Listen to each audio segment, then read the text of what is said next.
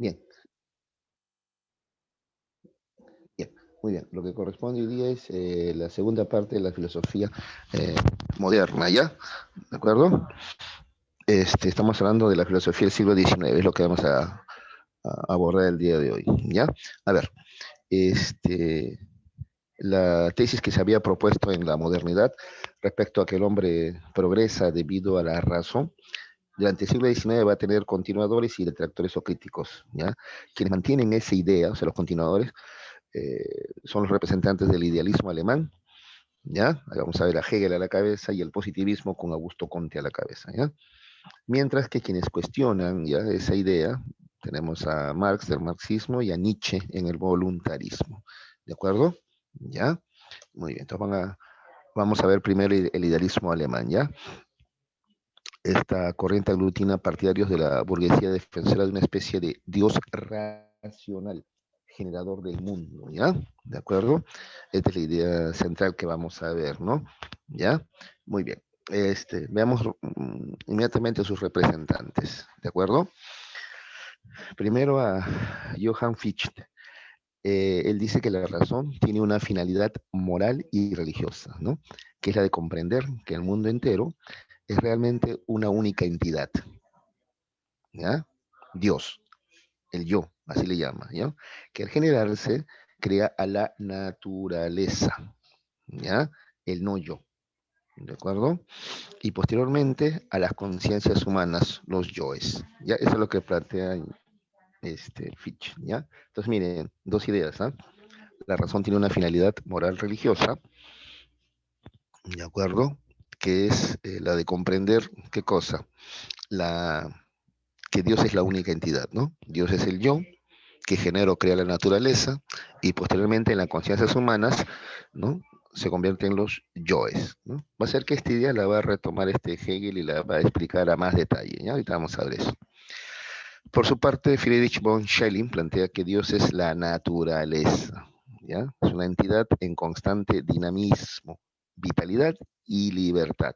La ciencia es muy rígida, dice Schelling, para comprender, ¿no? A esta naturaleza o Dios, ¿no?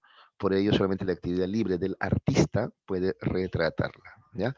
Vas a ver que también esta idea de marcha hacia la libertad también la va a tomar Hegel, ¿ya? Y vamos a Hegel, que es quien nos interesa, digámoslo así, en esta parte, ¿ya?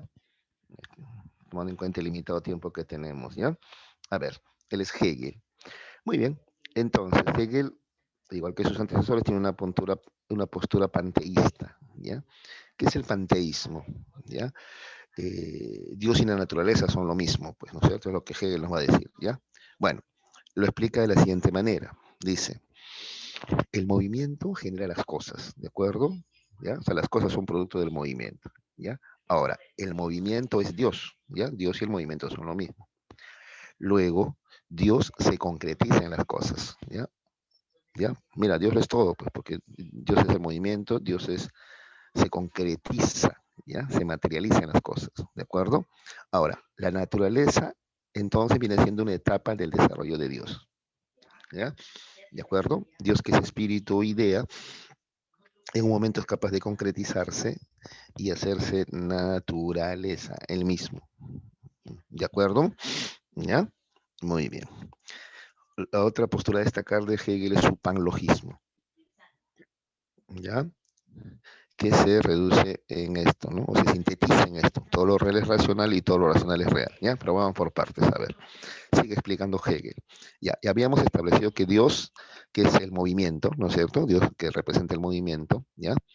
Es la suprema razón, ¿ya? ¿Por qué? Porque ese movimiento no es caótico, no es desordenado, ese movimiento es ordenado, racional, ¿ya? Entonces repito, Dios, que es el movimiento del mundo, es la suprema razón, dice Hegel, ¿ya? Por eso se le denomina idea absoluta o razón universal, ¿de acuerdo? ¿Ya? Entonces, todo lo real es racional y todo lo racional es real. ¿Qué quiere decir? A ver, como este Dios es la razón universal, entonces todo lo que existe es racional. Es decir, tiene su razón de ser, ¿ya? Su justificación racional, su porqué, de tal manera que si una cosa perdiese su razón de ser, entonces esa cosa desaparecería, ¿ya? Entonces, como te acabo de señalar, para Hegel, ¿ya? Dios es la razón universal, ¿ya? Dios es el movimiento, como ya, pero ese movimiento, repito, es ordenado, es racional, ¿ya? Se concretiza en la naturaleza, ¿ya? De tal manera que en la naturaleza, en el mundo, ya, todo lo que existe, ¿ya? Tiene su razón de ser, ¿ya? Por eso dice todo lo real, real es existir, ¿ya? Todo lo real, o sea, todo lo que existe es racional, ¿ya? Y además todo lo que es racional, o sea, necesario, ¿ya? Es real, o sea, tiene que existir necesariamente, pues, ¿ya? Si tú ves en el mundo, todo existe por algo, ¿ya? Imagínate tú a ver al insecto más insignificante, ¿ya? ¿De acuerdo? Y existe por algo, tiene su razón de ser, ¿ya? No sé, las bacterias, los virus, todo tiene su razón de ser.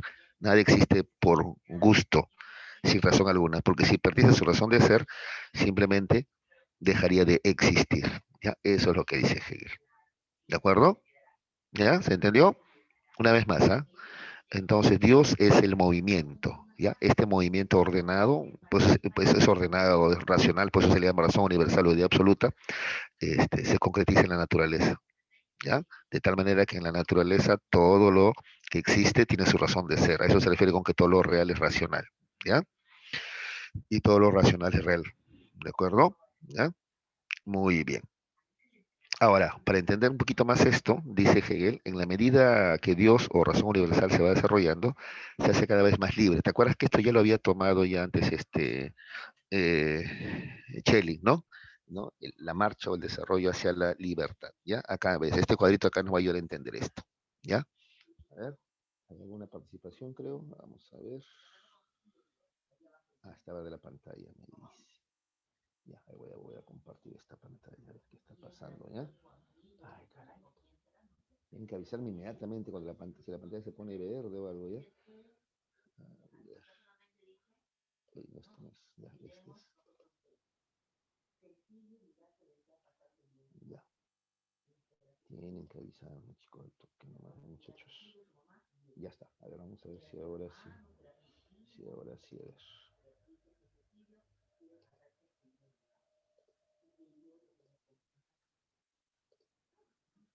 Ya. A ver, ahora sí se ve, me dicen, por favor. ¿Se ve? ¿Ahora sí? Ya, porque vamos a trabajar este cuadrito acá, ¿eh? Ya. Sí, ¿no? Ahora sí, ¿no? A ver si me contestan. Para allá no se ve pantalla, pues sí. Sí se ve, profe. Gracias, gracias. Ya, a ver, chicos. Ahora sí, a ver, miren. Entonces te decía que Hegel dice además que la razón universal, ¿ya? Marcha a ser más libre, ¿ya? Entonces, mira, veamos, mira, acá está, miren, acá abajo. Dios es la idea absoluta de razón universal, ¿ya? Es espíritu, ¿no es cierto? Pero en un momento se concretiza, ahí está, se hace naturaleza, ¿ya? Lo que pasa es que tenemos las ideas cristianas, pues, de que Dios y el mundo son cosas separadas, ¿no? Dios crea el mundo de la nada, ¿no? Ya, pero para Hegel Dios es más bien se concretiza, ¿ya? Se hace carne, o si tú quieres, se hace materia en la naturaleza, ¿ya? ¿De acuerdo? ¿Ya? Y va atravesando etapas, mira, piedra, planta, animal, luego llegamos al hombre, ¿ya? Y cuando llegamos al hombre, ¿ya? No te ves que el hombre tiene alma o espíritu, ¿sí o no? Por eso acá dice espíritu, pues el hombre tiene alma o espíritu, ¿te acuerdas? Entonces, Dios, que es alma, espíritu, idea, vuelve a ser espíritu, idea, pero ¿dónde? En el hombre, pues, que es el único que tiene alma o espíritu, ¿ya? Sigue la evolución, ¿ya? Porque tenemos al hombre primitivo, al hombre egipcio, al hombre griego. ¿Y qué es lo que tenemos? A ver, que cada vez es más libre. Mire, comencemos a ver, por ejemplo, un animal es más libre que una planta, porque digamos que el animal se mueve, pues sí o no. El hombre primitivo es más libre que el animal, si no es capaz de transformar ciertas cosas, sí o no. Ahora, sin embargo, el hombre egipcio es más libre que el hombre primitivo porque domina la naturaleza, ¿no es cierto? Tiene más conciencia, más espíritu. Lo mismo, el hombre griego es más libre todavía, el hombre ilustrado es más libre y llegamos al hombre alemán del siglo XIX que es más libre. Entonces lo que tenemos es, a ver, que Dios se hace naturaleza, en el hombre se vuelve a ser espíritu, pero además tenemos esto de acá, que es muy importante. ¿Eh? Para Hegel, entonces, la historia, ¿ya? De la naturaleza y del hombre, ¿ya? Es una marcha a ser cada vez más racional y por tanto más libre también, ¿no? Repito, el hombre egipcio, por ejemplo, es más racional y más libre que el hombre primitivo. El hombre griego es más racional y más libre que el hombre egipcio y así sucesivamente, hasta que llegamos al hombre alemán del siglo XIX, que para Hegel es el más racional y el más libre de todos los hombres, ¿ya? ¿de acuerdo? Y más espiritual también si tú quieres, ¿ya? Esa es la postura de Hegel, ¿ya? Ahora, este desarrollo de la evolución, ¿ya? Perdón, sí, este desarrollo de la historia, esta evolución o desarrollo de la historia, ¿ya? Se debe básicamente a lucha de ideas, ¿ya? Porque para Hegel, Hegel es idealista, no te olvides, ¿ya?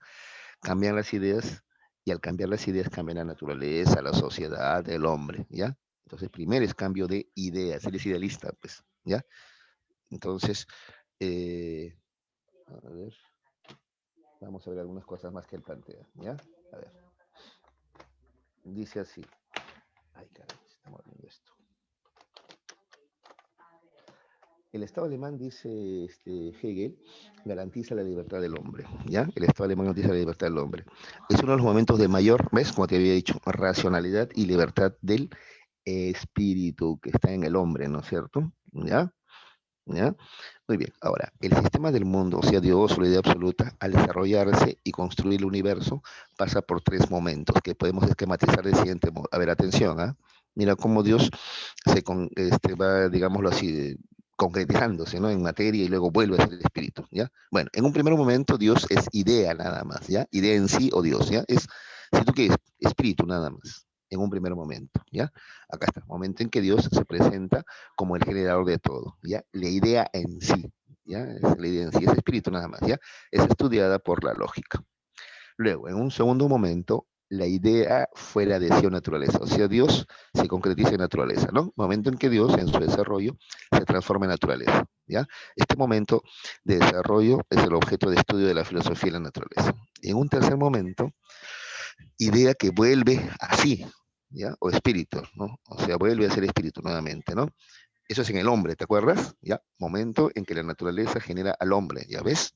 Aquel que tiene conciencia, esto es idea o espíritu, pues conciencia de sí mismo y producirá teorías sobre todo este proceso, ¿de acuerdo? ¿Ya? Es el único capaz de explicar todo este proceso, justamente, ¿ya? Ahora, este espíritu del hombre, ¿ya? Pasa por tres momentos también a su vez, ¿ya? En un primer tenemos el espíritu subjetivo, ¿ya? Estos son los contenidos de la conciencia de cada ser humano, individual, ¿ya? Tus deseos, tus sentimientos, tus pensamientos, tu imaginación, ese es tu espíritu subjetivo, ¿de acuerdo? ¿Ya? Tu conciencia, ya, listo. Luego tenemos el espíritu objetivo, ¿ya? Es la concretización de estos contenidos de conciencia. Y bueno, mira, acá otras, mira, sigue el mismo proceso, ¿no? En caso del hombre también. ¿Y cómo es que se concretiza estos contenidos de la conciencia en la sociedad? Pues porque el hombre se organiza, ¿ya? Y vive, primero, acá falta la familia, vive en familia, es una forma de organización, ¿ya? Luego, sociedad y la forma más elevada, ¿cómo se organiza esa sociedad? En un Estado, ¿ya? De acuerdo, que implica organización, pues, ¿ya? Ideas más desarrolladas, ¿ya? Entonces, es el espíritu objetivo. Mira cómo las ideas del hombre también se concretizan, ¿dónde? En la familia, la sociedad y el Estado. Y finalmente tenemos el espíritu absoluto, ¿no? Son los mayores productos de la sociedad. ¿Y cuáles son los mayores productos de la sociedad?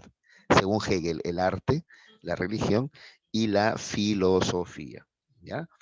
La filosofía sobre todo, que es aquella que describe todo este desarrollo o despliegue de Dios que estamos viendo ahorita. Pues. ¿De acuerdo? ¿Ya? Muy bien. Pero te había dicho que Hegel es idealista. ¿Te das cuenta? Para él es desarrollo del espíritu, de la idea, ¿no es cierto? ¿Ya? Entonces, Hegel tiene además una concepción dialéctica del mundo, es decir, de las ideas, del espíritu. ¿eh? Mira, dice así, como Dios es el movimiento racional que pasa por diversas etapas, entonces es un permanente devenir, movimiento, de manera ordenada, pero racional, ¿no? ¿Ya? Este orden ocurre del siguiente modo, ¿ya? Tenemos primero la afirmación, ¿ya? Una entidad, cosa material, idea o hecho, en su desarrollo genera dentro de su seno condiciones contrarias, ¿de acuerdo? ¿Ya? La negación, ¿ya?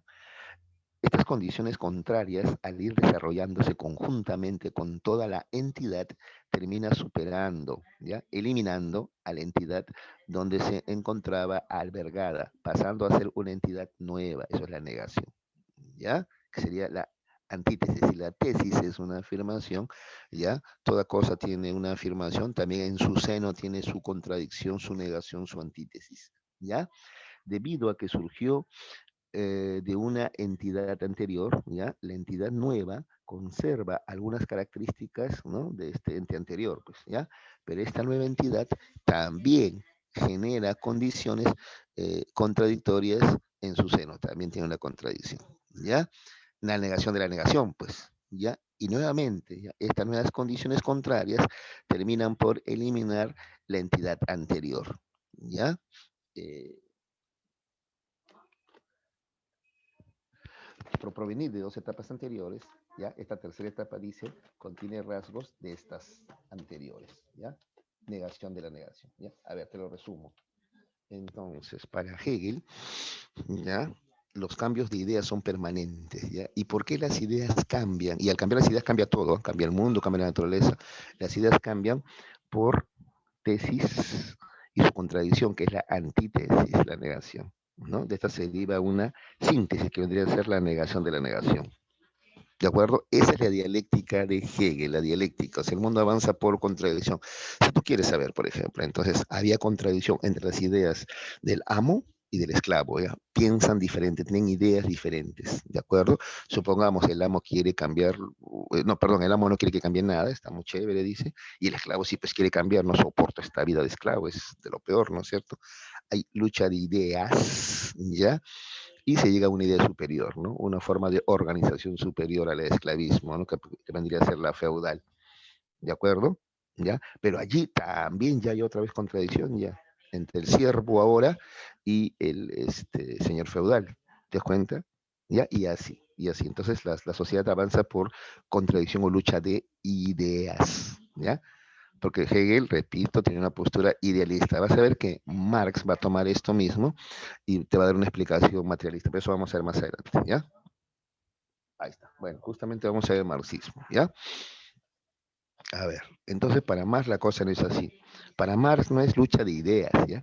Para Marx es lucha de clases en los hechos, ¿ya? Entonces no es que no sé, pues el amo y el esclavo se pusieron a debatir o discutir y llegaron a una idea mejor o superior, no. Son las condiciones materiales, ¿ya? El ser social, el que determina la conciencia social, dice Marx, ¿ya?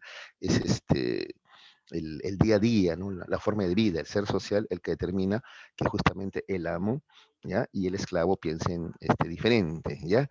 Y así en ese día a día contrario, esa lucha de clases, ¿no? Cotidiana, llega a un punto más alto que es el de la revolución, ¿no es cierto? Generalmente violenta, ¿no? Generalmente violenta, que generó el cambio de sistema. Pues esto no fue pacífico, no fue que se pusieron a debatir o discutir y uno lo convenció al otro, hubo cambio de ideas, así simplemente, ¿no? Esto fue mediante la lucha de clases, ¿no? En su punto más culminante, que es la revolución, ¿ya? Por eso Marx dice, yo tomé la dialéctica de Hegel, ¿no? Que estaba de cabeza, era idealista, y la volví materialista, ¿ya? Porque justamente, ¿ya? El marxismo es una postura materialista dialéctica, ¿ya? Es lo que vamos a ver a continuación, ¿ya? Entonces, el marxismo es una concepción del mundo que busca transformar la realidad mediante la violencia revolucionaria. Ellos lo dicen abiertamente, ¿ya? ¿De acuerdo? Ya. Ahora vamos a ver cuáles son las tres fuentes, ¿ya? Del marxismo y las tres partes que lo constituyen, ¿ya? A ver, te resumo. Carlos Marx dice, va a tomar lo más evolucionado que había hasta ese momento. Por ejemplo, en cuanto a la filosofía, él va a tomar la filosofía clásica alemana. Justamente ahí tenemos a Hegel, de Hegel va a tomar la dialéctica, acá está abajo, mira, ¿ya? De Hegel toma la dialéctica y de Feuerbach el materialismo. ¿De acuerdo? Que para él, repito, era lo más avanzado que había en la época. En filosofía, la filosofía clásica alemana. Y sobre esa base, ¿ya? Sobre esa fuente, él establece la primera parte del marxismo. ¿Y cuál es la parte del marxismo? Su filosofía. Pues. La filosofía del marxismo, ¿cuál es? El materialismo dialéctico, ¿ya? La filosofía marxista es la del materialismo, no idealismo, ellos son materialistas, para ellos la materia existió siempre, la materia no ha sido creada, ¿de acuerdo? La materia es infinita, eterna, ¿ya? Pero además dialéctica, ¿ya? Esta materia que evoluciona, cambia por contradicciones internas, ¿ya? Entonces esa es la postura filosófica del materialismo dialéctico, ¿de acuerdo? Ya, a ver, por ejemplo, en la naturaleza, por ejemplo, en ti tenemos vida y muerte a la vez, ¿ya? Es la lucha de todos los días dentro de ti, en tu seno, en tu cuerpo, ¿ya? vida y muerte. Células que mueren y células que nacen. Siendo tú joven, la vida está ganando, ¿ya? Son más células las que nacen que las que mueren. ¿De acuerdo? En cambio, digamos que en un anciano la cosa es al revés, ¿no? Comienzan a ser más células las que mueren que las que nacen. Él comienza a perder, por ejemplo, masa muscular, ¿no es cierto? Y a reducirse también de estatura, ¿no es cierto? Por ejemplo, en un momento la muerte se va a imponer allí, pues, ¿ya? Eso es en la naturaleza. Y en la sociedad ocurre lo mismo, pues hay lucha de contrarios generalmente, ¿ya? Durante el esclavismo fue el amo y el esclavo, después tenemos en la época feudal al señor feudal, el latifundista y al siervo, y en la actualidad al gran burgués y a la clase trabajadora o proletaria, dice Marx, ¿de acuerdo? Ya, sí, porque él aplica este materialismo dialéctico, lo aplica a la historia, ¿no? Y a eso le va a llamar materialismo histórico, ¿ya? Bueno, esa es la filosofía marxista, sí, a muy grandes rasgos, ¿ya? Muy bien. Luego, otra fuente, ¿ya? De la cual se va a alimentar, ¿de acuerdo? Y en economía, Marx considera que lo más evolucionado está en Inglaterra, ¿ya? La economía política inglesa, con Adam Smith y David Ricardo, ¿ya? Adam Smith toma en cuenta de que el trabajo es la base de la riqueza de las naciones, ¿ves? El trabajo, ¿te das cuenta? Por eso para Marx el que crea la riqueza es la clase trabajadora, no el empresario, no el burguesa, ¿no? ¿Qué más? También la libre competencia es el modelo de economía que establece Adam Smith, ¿ya? Eso también lo toma, ¿ya? Pero bueno, ¿qué significa pues libre competencia? Bueno, ya, ahorita vamos a ver eso, ¿ya? A ver, y también toma a David Ricardo, ¿ya? El valor de la mercancía es igual al trabajo socialmente necesario para su producción, ¿ya? Ese es el valor de la mercancía. ¿Qué tanto trabajo ha invertido el hombre en él? ¿De acuerdo? ¿Ya? Muy bien. Y sobre esa base de la economía política inglesa, tenemos la economía política marxista, que vendría a ser la segunda parte del marxismo. La primera era la filosofía materialista dialéctica, ¿no? En economía, economía política marxista o economía política proletaria también le llaman. ¿Ya? Bueno, esto tú debes haberlo estudiado en economía ampliamente. A Marx le debemos la ley de la plusvalía. La plusvalía es simplemente el trabajo no remunerado al trabajador, ¿no es cierto? ¿Ya? Es el monto no remunerado del cual se apropia, ¿no? La burguesía, pues, para hacerse rica. Pues no hay otra forma, ¿no? La única forma de hacerse rico es haciendo que otros trabajen para ti y bueno, hacer que produzcan 100, pagarles 20, quedarte con 80, es la forma de hacerse rico, no hay otro, ¿ya? Y esto lleva, dice Marx, o ha llevado, ¿no? En el caso del capitalismo, a la enajenación del trabajo, ¿no es cierto? Entonces estamos retrocediendo a formas anteriores, ¿no? Por ejemplo, durante el esclavismo o la servidumbre, ¿no?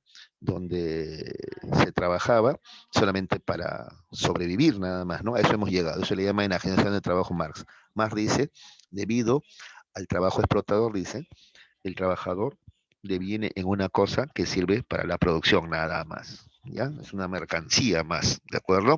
Entonces dice, llegamos a un punto en que ya no trabajamos para vivir, sino que solamente vivimos para trabajar. O sea, lo que nos pagan es tan poco que solamente nos permite sobrevivir para el día siguiente volver, ¿no? A seguir siendo explotados, ¿no? ¿De acuerdo? Entonces, esa es la enajenación del trabajo, ¿no? Cuando el hombre debería ser el fin supremo, ¿no es cierto? ¿Ya? De la sociedad, ¿no? Y no ser usado como una mercancía, como objeto. ¿De acuerdo? Ya, la tercera fuente del marxismo es el socialismo utópico francés, ¿ya? Aquí destacamos a Saint-Simon, ¿ya? Y a Charles Fourier, ¿ya? Para Simon, los industriales deben dirigir la sociedad, ¿ya? Eso es lo que él plantea, ¿ya? Y para Fourier, las sociedades deben organizarse por medio de falanges. Falanges son grupos conformados por 400 familias. Así debería organizarse la sociedad. Así sería más manejable, ¿no? Que organizarse por estados y ciudades. Así pensaba Fourier, ¿ya? Donde se tome más en cuenta pues las necesidades de la familia, del hombre, ¿no? Se le vea como un fin y no como un medio, ¿ya? ¿De acuerdo? Ya. Sobre esa base tenemos el socialismo científico, ¿ya? Porque considera que hay ideas utópicas, soñadores de los franceses, ¿ya? Marx le va a tratar de dar un carisma científico más realista, ¿ya? Bueno, y señala un par de cosas que te había mencionado, ¿no? Entonces, para Marx, el motor de la historia es la lucha de clases, ¿ya? La lucha de clases es la que genera que la sociedad vaya evolucionando, ¿ya? La lucha entre esclavos y amos generó que lleguemos a una etapa superior, que es la feudalidad. Hay la lucha entre siervos y señores feudales llevó a una sociedad más elevada. Con la Revolución Francesa llegamos a la burguesía, perdón, al capitalismo, etcétera, ¿ya? Muy bien, a ver cómo estamos con el tiempo. Y bueno, ahí plantea también algunas ideas más, ¿no? El marxismo, ¿no? Como por ejemplo la idea de la alienación, ¿ya? Este, el revisionismo, y además también Marx señala que la religión es el opio del pueblo. A ver, brevemente, ¿ya? El revisionismo vendría a ser, vendrían a ser los que siendo, de la marxistas, ¿no es cierto?, traicionan algunos principios, ¿no es cierto?, ¿ya? Y se tornan en contra, ¿ya? Esto tiene que ver a su vez con la alienación, ¿no? Gente que, por ejemplo, es del proletariado, ¿ya? De la clase trabajadora, pero defiende y tiene una mentalidad muy parecida a la de los grandes burgueses, ¿ya? Y finalmente la religión es el opio del pueblo, considera, porque la religión no le permite al hombre eh, cambiar ciertas cosas. Un ejemplo, ¿no? Hay mucha gente que está esperanzada, por ejemplo, en la segunda venida del Señor, ¿no? Entonces, ¿para qué vamos a cambiar las cosas? No esperemos que el Señor venga y Él va a hacer un juicio, ¿no? El juicio final, ¿no es cierto? Y todo va a cambiar, ¿no? Entonces, no, no, no. Mientras tanto, ¿qué hacemos? Solamente preparamos su venida, ¿no? Y no nos atrevemos a cambiar nada, ¿no? Por eso considera más que, así entendida la religión, es el opio del pueblo, ¿ya? Muy bien. Ahora vamos a ver al positivismo. A no ser que haya alguna pregunta, ¿ya? Pueden escribir o interrumpir en cualquier momento, chicos, ¿ya? Yo por un tema de tiempo no me estoy deteniendo, pero si hay alguna pregunta, alguna duda, la proponen, ¿ah? ¿Ya? Muy bien, el positivismo, a ver, ¿ya? El positivismo es una corriente de la modernidad que considera que el progreso de la humanidad se consigue mediante el avance de la ciencia, ¿ya? Aquí vas a ver un culto a la ciencia, ¿ya? Bueno, como representantes del positivismo tenemos a Herbert Spencer y a Augusto Comte, ¿ya? ¿Qué es lo que propone Spencer? Dice, el mundo entero evoluciona desde lo homogéneo o simple hacia lo más heterogéneo o compuesto. ¿Ya? Eso es lo que plantea Herbert Spencer y esta es considerada la primera definición de la evolución. ¿Ya? ¿Ya? Muchos consideran que allí lo que está haciendo Spencer es definiendo la evolución. Entonces, ¿qué es la evolución? ¿Ya? Es el cambio, ¿no? Desde el homogéneo simple hacia la más heterogéneo compuesto, ¿ya? Ahora, Spencer considera que la sociedad es también un organismo natural y por tanto la sociedad está regida por leyes evolucionistas. Por ejemplo, la ley de la más fuerte, ¿ya? Entonces, según Spencer, solo los individuos de los grupos humanos con mejores condiciones deben sobrevivir, ¿ya? De ahí que debe rechazarse, dice, cualquier proyecto que busque la igualdad entre los hombres. ¿Ya? Por eso ellos van a rechazar, por ejemplo, el cristianismo o el socialismo, pues que plantean una igualdad. ¿Ya? Porque no hay tal igualdad, pues, así como en la naturaleza, en la sociedad también, ¿ya? Se va a imponer o debe imponerse siempre el más fuerte, ¿ya? Esa es la teoría de Spencer, ¿no? A ver, para que veas que la filosofía es viva, hay mucha gente que sin saberlo, por ejemplo, defiende esta postura. En un primer momento tú lees y dices que es fuerte, ¿no? Pero hay mucha gente que la defiende, ¿no? Por ejemplo, durante el gobierno fujimorista se realizaron esterilizaciones forzadas, ¿ya? ¿Qué implica? Ligadura de trompa, ¿no? De las mujeres para que no vuelvan a tener hijos. ¿Cuál es la idea? Tú eres pobre, o sea, no eres fuerte, eres débil porque eres pobre, entonces no debes tener hijos, pues, ¿ya? ¿De acuerdo? Y hay mucha gente que sostiene eso, defiende eso, ¿no? Y dice, pero profe, es lógico, pues, si la gente no puede mantener un hijo, ¿para qué los va a tener, no? Y suena lógico, ¿no? Pero una vez más, tú tienes que elevarte pues, por encima, pues, porque con esa lógica, entonces la gente de pobreza extrema, que es, ¿no? digámoslo así, la mayoría, entonces no tendría derecho pues a tener hijos, ¿no? Entonces, yo te pregunto, pues, ¿se trata de eliminar a los pobres o se trata de eliminar la pobreza, ¿no? ¿Ya? Bueno, ahí lo dejo, ¿ah? ¿Ya? Bueno, Augusto Conte lo que va a plantear es, eh, para comenzar, ¿no? Que todas las ciencias deben tener como modelo a la física. Para él la física es el modelo de ciencia por excelencia, ¿ya? Eso es lo que propone en un primer momento Augusto Comte, ¿ya? Dice, el método de la física permite un conocimiento objetivo de los hechos de la naturaleza, ¿ya? Ese conocimiento no es solo para saber cómo son los fenómenos, sino para utilizarlos en beneficio del hombre. Es decir, para prevenir, anticipar qué es lo que va a pasar, ¿no? Adelantarte a los hechos y actuar, pues, antes de que ocurra. Pues, eso es lo que te permite la ciencia, ¿ya? Pero repito, esto se logra solamente si las ciencias toman como modelo de acción a la física, ¿ya? ¿De acuerdo? Ya. A ver, te adelanto, Augusto Comte es antimetafísico, ¿ya? Él está en contra de la metafísica, o sea, aquello que está más allá de lo físico, aquello que no podemos captar con los sentidos, ¿ya? A eso le llama metafísico, ¿ya? Y eso es algo que no podemos conocer, de lo cual nada podemos decir, ¿ya? Nosotros podemos hablar solamente de lo físico, ¿ya? Lo que podemos captar con los sentidos, ¿ya? ¿Qué más saber? Los filósofos positivistas, dice, deben dirigir la sociedad industrial. Es otra postura de Augusto Comte, ¿ya? Dice que el filósofo es el encargado de indicar a la gente que el conocimiento supremo es el conocimiento científico, ¿no? Es más, ¿ah? Para Augusto Comte, el único conocimiento que importa es el de las ciencias, ¿ah?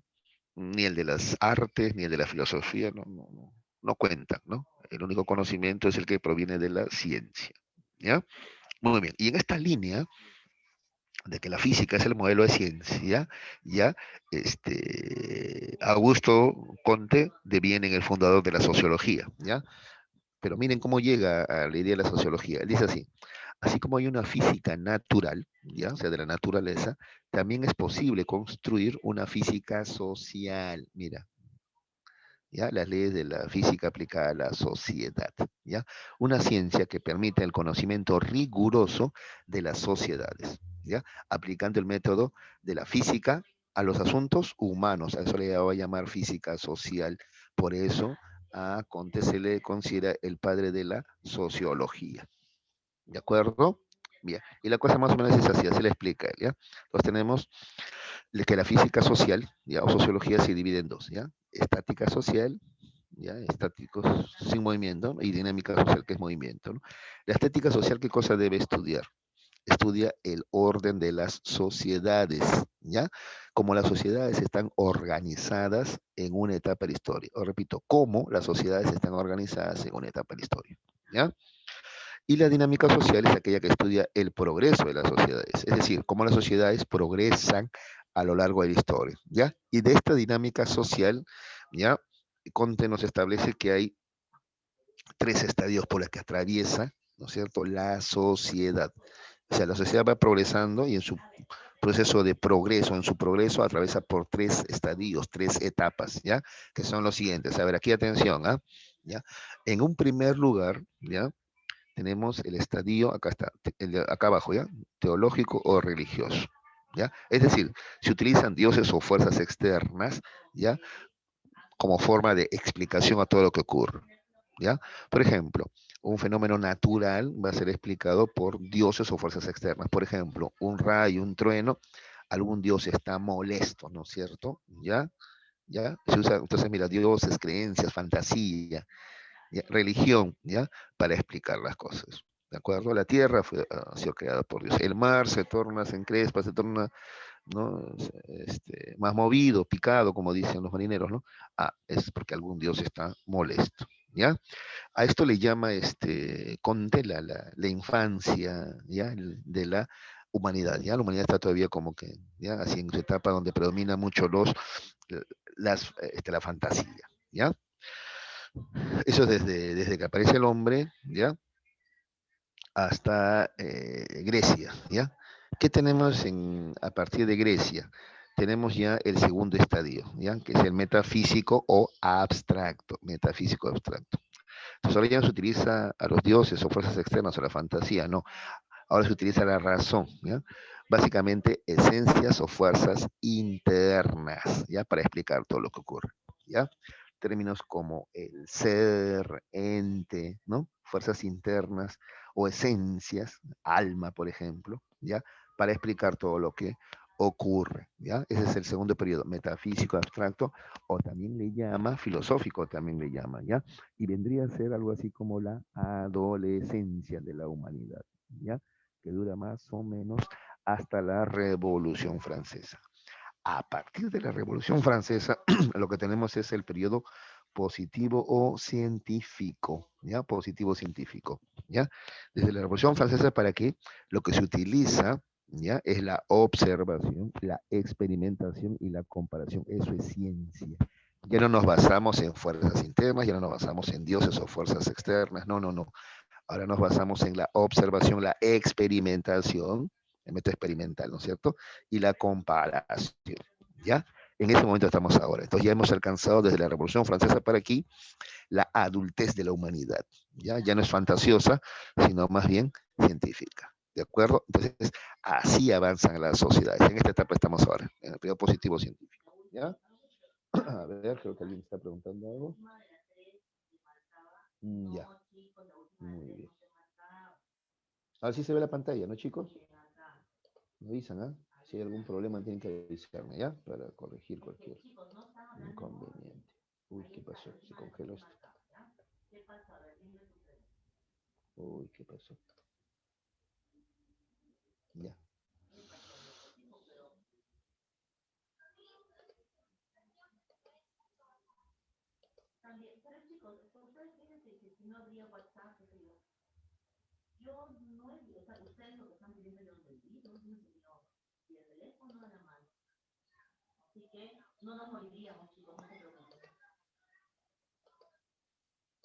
Ya, ahí está. Otra vez, a ver. Ya, me avisen si se ve, ¿ya? ¿O hay algún problema? A ver. ¿Ya? ¿Se ve la pantalla? Muchachos, ¿se ve la pantalla? Me dicen, ¿ah? ¿Sí? ¿Ahora sí? Ya.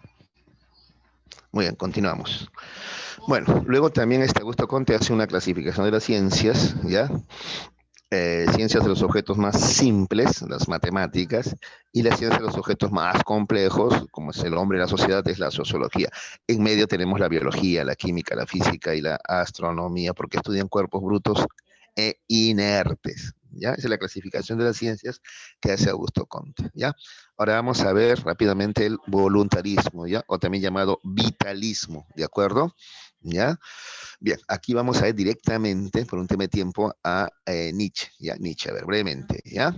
Bueno, él también es biologicista, vas a ver cómo se va a expresar la postura biologicista, ¿ya?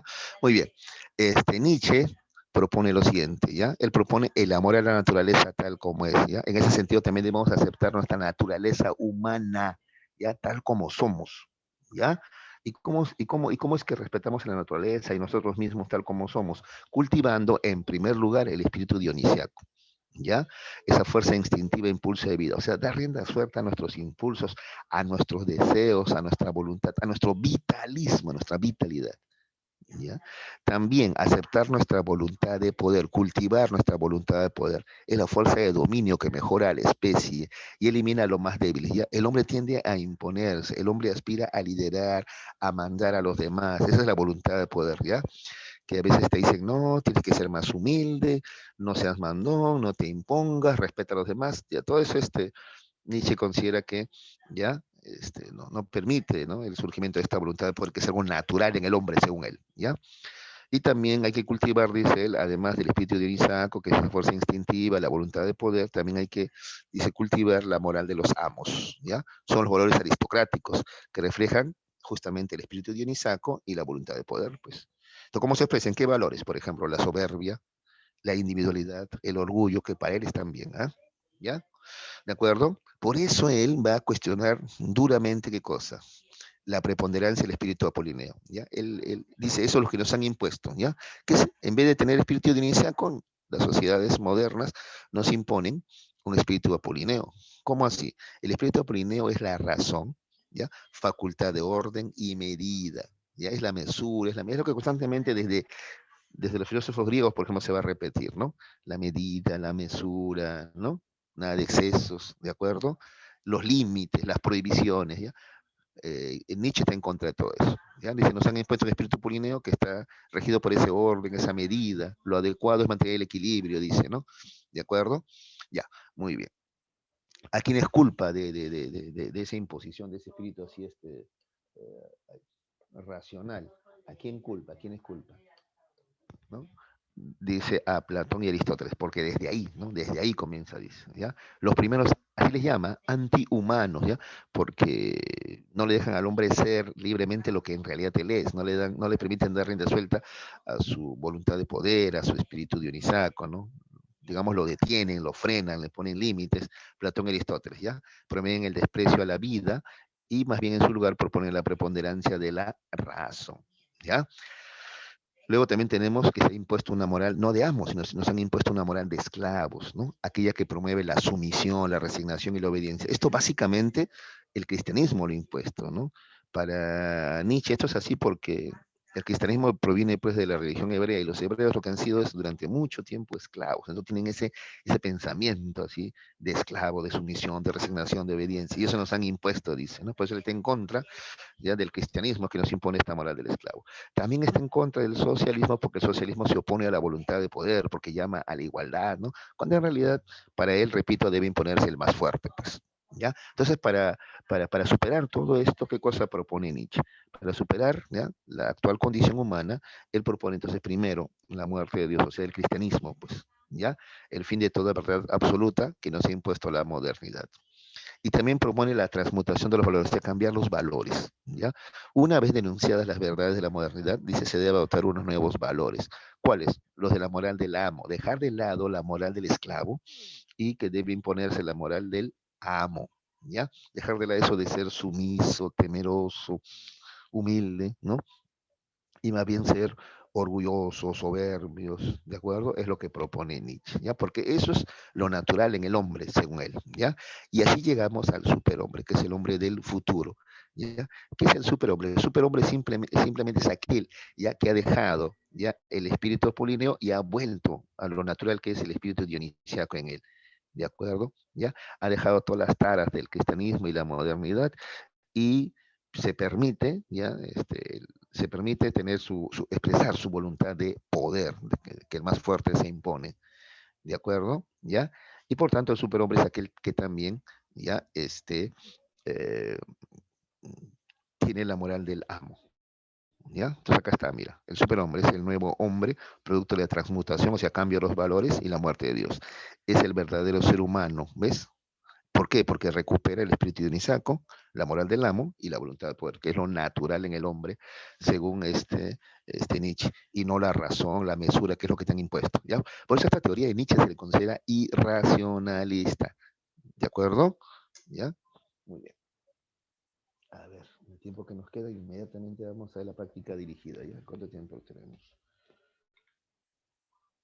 Ya, unos minutitos. Ya, a ver. Según la lógica de la filosofía hegeliana, entonces, ¿la historia qué cosa muestra según Hegel, la historia? A ver, ¿quién me contesta?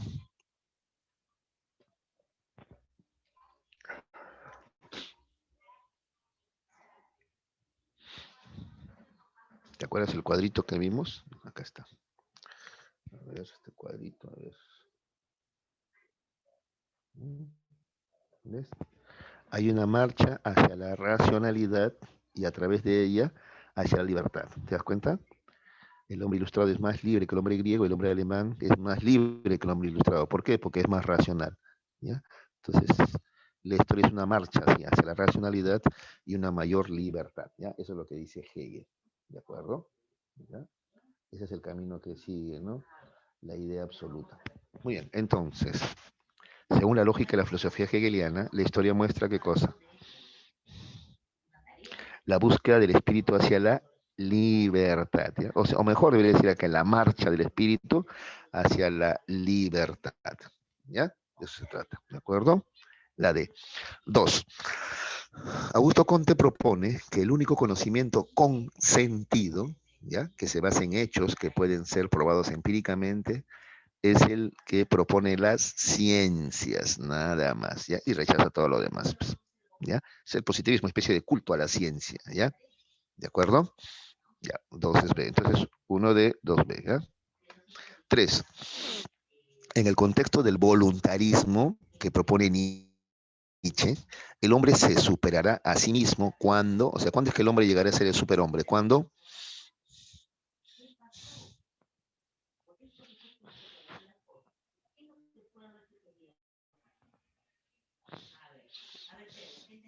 A ver, ¿quién me contesta?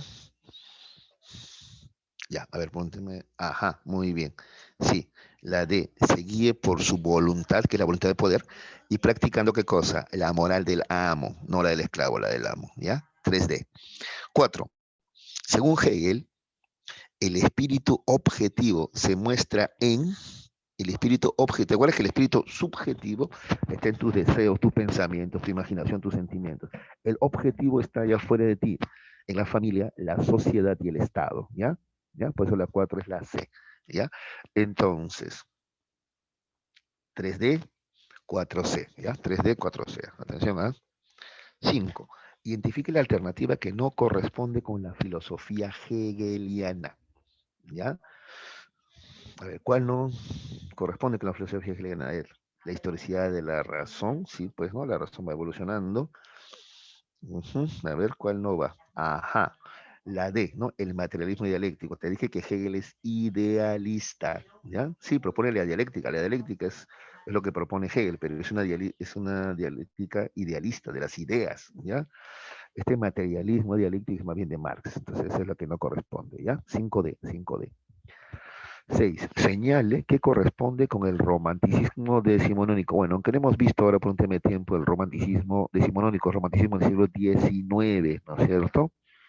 ¿Ya? Es una postura irracionalista también, ¿ya? Porque considera que hay cosas que la razón no puede explicar, ¿ya? Por ejemplo, los sentimientos, pues, ¿ya? Entonces la 6 es D, 6D. 7. ¿Cuáles son las llamadas tres fuentes del marxismo? A ver, ¿quién se acuerda?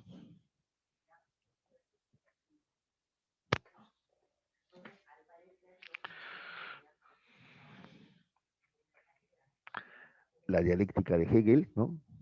El socialismo utópico francés, y la economía clásica inglesa de Smith y Ricardo, ¿no es cierto? La B, claro, la B. Muy bien, muy bien, muy bien. 8. Marx propone que el modo de producción determina la ideología y las instituciones que se desarrollan en la sociedad.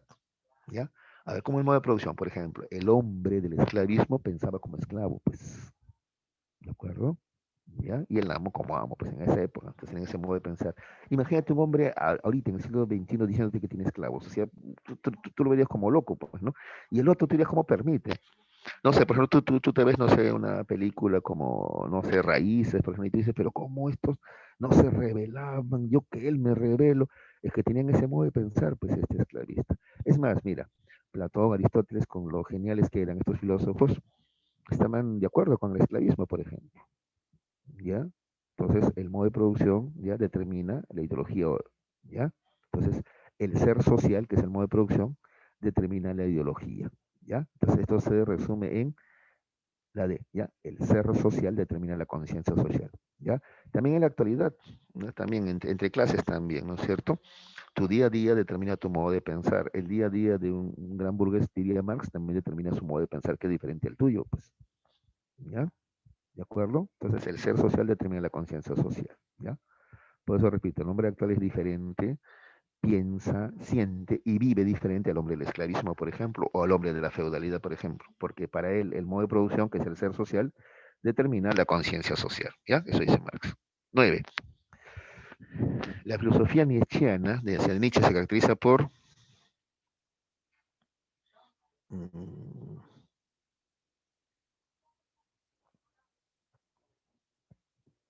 la E, ¿no? Su furibunda crítica a la moral occidental, ¿ya? Que es la moral, ¿no? Propuesta desde, ¿no? Sócrates, ¿no es cierto? ¿Ya? Y su, ¿te acuerdas? Su intelectualismo moral, ¿no? ¿Ya? ¿De acuerdo? Usted ve que Nietzsche es irracionalista, ¿ya? Para él hay que dar rienda suelta a nuestros instintos, a nuestra voluntad de poder, por ejemplo, ¿ya? Muy bien, 9E. Y finalmente 10. Es considerado como el fundador de la sociología, a la cual llamó física social. Ahí sí, ¿no? Claro, ese es Comte, ¿no? Augusto Comte. Muy bien, chicos, ya, hemos terminado, ¿ya? Bueno, no se olviden a ver, tenemos nosotros apenas, ¿no? Una hora, un poquito menos. Entonces, de repente corro mucho, pero si hay preguntas, ustedes pueden detenerme, no hay ningún problema. La cosa es que se entienda, ¿ya, chicos? Y también si les queda alguna duda, por ejemplo, de la clase de ahora, la pueden preguntar a la próxima. Ni bien comenzamos, ¿ya? profesor, de la clase pasada esto podría profundizar un poquito más, yo lo puedo hacer, ¿ya? Muy bien, nos vemos chicos la próxima semana, cuídense.